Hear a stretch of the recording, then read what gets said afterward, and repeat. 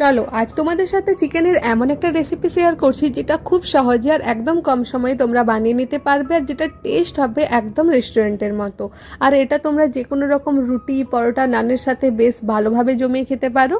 তো ভিডিও দেখে নিশ্চয়ই বুঝে গেছো এতক্ষণে আমি কি বানাচ্ছি। তো আজ বানাচ্ছি চিকেন ভর্তা। তার জন্য এখানে আমি প্রথমে 500 গ্রামের মতো চিকেন কিছু গোটা গরম মশলা আর অল্প নুন দিয়ে সেদ্ধ করতে বসিয়ে দিয়েছি।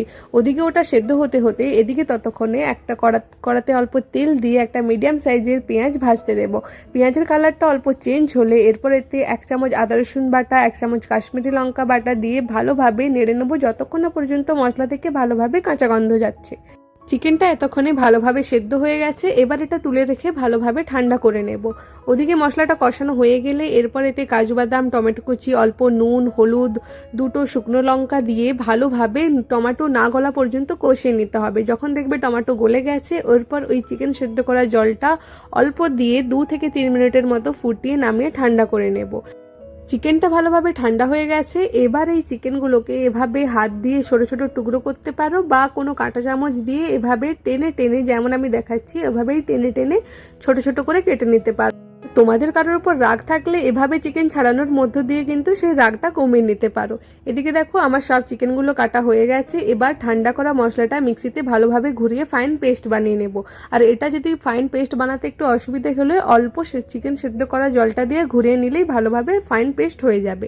এবার কড়াতে তেল, অল্প বাটা, তাতে 1/2 চামচ জিরে আর কয়েকটা কাঁচা লঙ্কা কুচি দিয়ে যে পেস্টটা বানালাম সেটা দিয়ে ভালোভাবে কষিয়ে নিতে হবে যতক্ষণ না পর্যন্ত মশলা থেকে ভালোভাবে তেল ছেড়ে দিচ্ছে।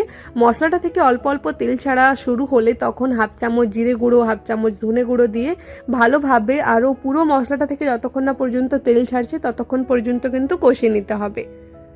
আমার এই মশলাটা থেকে কিন্তু ভালোভাবে তেল ছেড়ে দিয়েছে। এবার সেদ্ধ করা চিকেন টুকরো করা চিকেনটা দিয়ে আর অল্প নুন দিয়ে ভালোভাবে 3 থেকে 4 মিনিটের মতো কষে নেব সবগুলো।